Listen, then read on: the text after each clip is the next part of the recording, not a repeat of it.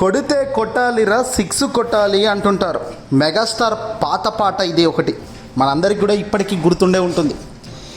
అచ్చం ఇప్పుడు ఆంధ్రప్రదేశ్ రాజకీయాల్లో కూడా ఇదిగో ఇదే మాదిరిగా ముందుకు పోతున్నారు. తాజాగా ఆంధ్రప్రదేశ్ రాజకీయాల విషయానికి వస్తే మీరు అన్నట్లుగానే జగన్మోహన్ రెడ్డి గారి అడుగులు ఇప్పుడు చర్చానీయాంశంగా మారాయి.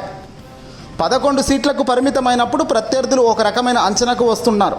కానీ రాజకీయాల్లో ఎప్పుడు ఏం జరుగుతుందో నిజంగా ఎవరు ఊహించలేరు.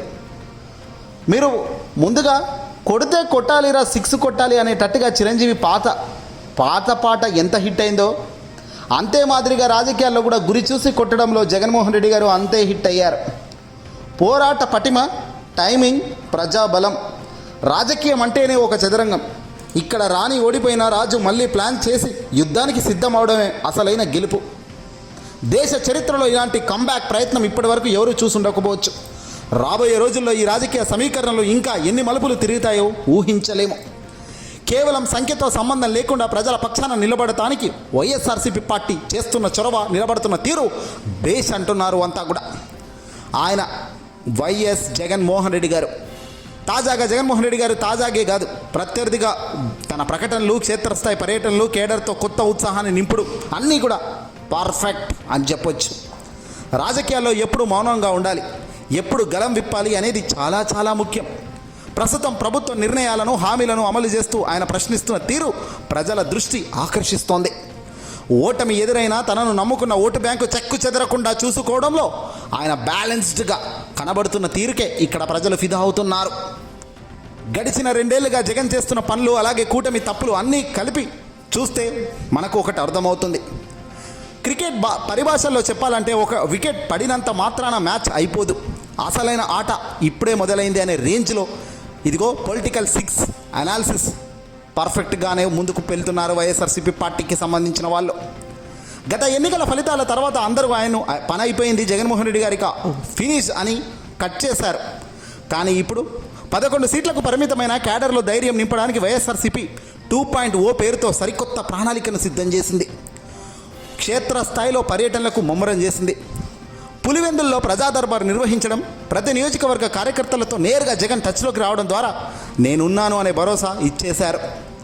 ఇదే కాదు, ది హై మాస్టర్ ప్లాన్ 150 నియోజకవర్గాలను కవర్ చేసేలా 18 నెలల పాటు భారీ పాదయాత్రకు రంగం సిద్ధం చేసడం, మళ్ళీ ప్రజల్లోకి వెళ్లేందుకు ఆయన ఎంచుకున్న మార్గం ప్రత్యర్థులకు గుండెల్లో వణుకు పుట్టిస్తున్న మాట నిజమే.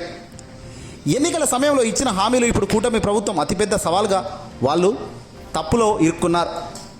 హామీలు అమలు చేయడంలో డినై రెండు కనబడుతున్నాయి. సూపర్ 6 పథకాలు అన్నారు, ఉచిత బస్సు ప్రయాణం అన్నారు, అమ్మఒడి వంటి హామీలు అమలులో జరుగుతున్న ఆలస్యాన్ని జగన్ గారు సమర్థవంతంగా అస్త్రంగా మార్చుకున్నారు.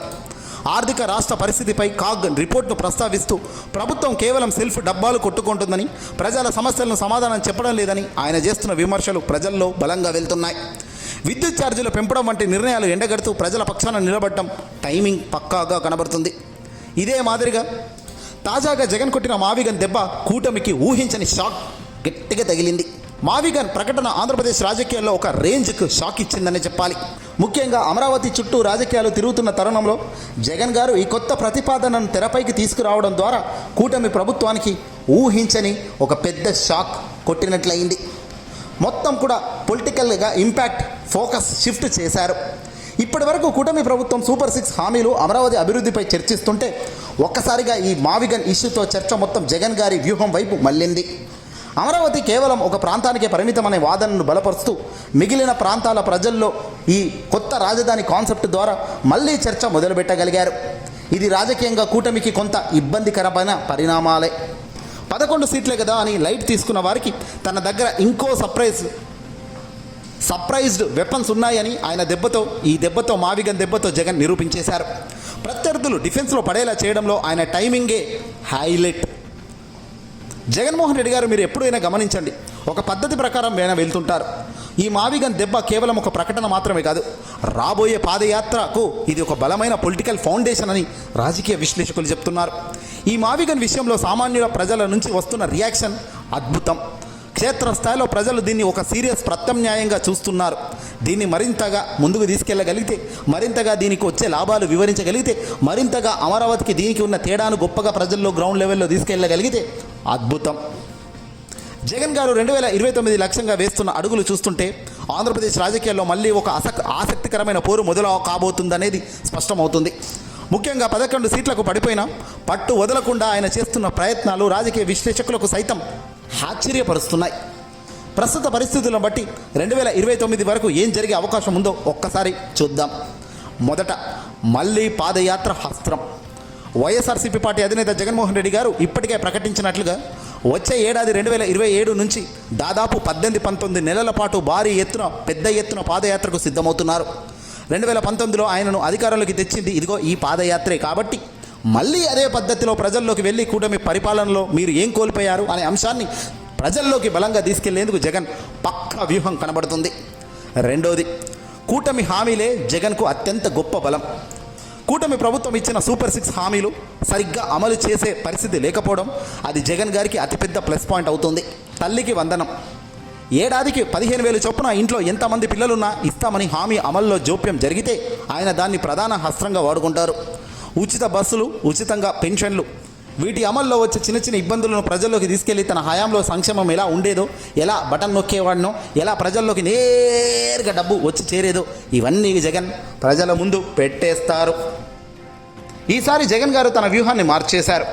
ప్రతి శనివారం ఒక నియోజకవర్గ నాయకులతో భేటీ అవుతూ క్షేత్రస్థాయిలో పార్టీని బలోపేతం చేస్తున్నారు. కేవలం పైన కూర్చొని ఆదేశాలు ఇవ్వడం కాకుండా కార్యకర్తలకు నేను మీకు తోడుగా ఉన్నాను అనే భరోసాని ఇవ్వడమే ఇక్కడ ప్రక్షాళన దిశగా అడుగులు వేస్తున్న వైన్యం. ఇక చివరిగా 4వది, మావిగన్ వంటి కొత్త వ్యూహాలు.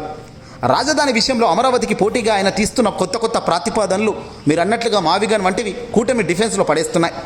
అభివృద్ధి వికేంద్రీకరణ అనే అంశాన్ని ఆయన వదిలిపెట్టేలా లేరు. రాబోయే రోజుల్లో సవాళ్ళు, మిత్రపక్షాల బలం. ఇక్కడ ఎంత అవునన్నా కాదనుకున్న టీడీపీ, జనసేన, బీజేపీ కలిసి ఉంటే ఓట్లను చీల్చడం జగన్ గారికి పెద్ద సవాల్ అవుతుంది. ఆయన కష్టపడాల్సిన అవసరం చాలా ఉంటుంది. పార్టీ ఓడిపోయినప్పుడు నాయకులు ఇతర పార్టీలోకి వెళ్లకుండా చూసుకోవడం ఇప్పుడు ఆయన ముందున్న తక్షణ కర్తవ్యం. ఏదేమైనా చిరంజీవి గారి గొప్ప పాటల్లో అన్నట్లు సూపర్ 6 కొడితే కొట్టాలిరా 6 కొట్టాలి అనేటట్టుగానే ఒక్క 6తో కొడితే మొత్తం స్కోర్ మారిపోతుంది.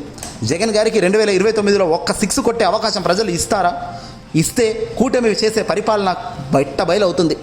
పోరాటాలతో గెలిచే వీరుడిలా జగన్మోహన్ రెడ్డి గారు నిలుస్తారు.